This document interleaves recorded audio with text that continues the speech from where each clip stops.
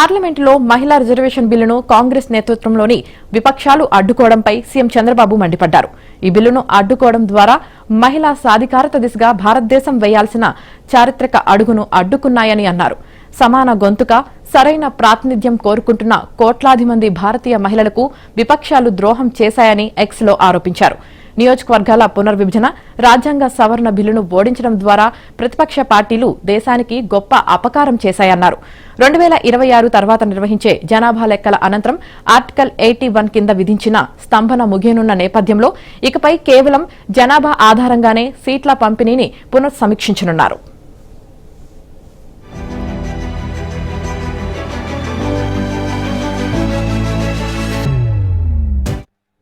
పార్లమెంటులో మహిళా రిజర్వేషన్ బిల్లును కాంగ్రెస్ నేతృత్వంలోని విపక్షాలు అడ్డుకోవడంపై సీఎం చంద్రబాబు మండిపడ్డారు. ఈ బిల్లును అడ్డుకోవడం ద్వారా మహిళా సాధికారత దిశగా భారతదేశం వేయాల్సిన చారిత్రక అడుగును అడ్డుకున్నాయని అన్నారు. సమాన గొంతుక, సరైన ప్రాతినిధ్యం కోరుకుంటున్న కోట్లాది మంది భారతీయ మహిళలకు విపక్షాలు ద్రోహం చేశాయని ఎక్స్లో ఆరోపించారు. నియోజకవర్గాల పునర్విభజన, రాజ్యాంగ సవరణ బిల్లును ఓడించడం ద్వారా ప్రతిపక్ష పార్టీలు దేశానికి గొప్ప అపకారం చేశాయన్నారు.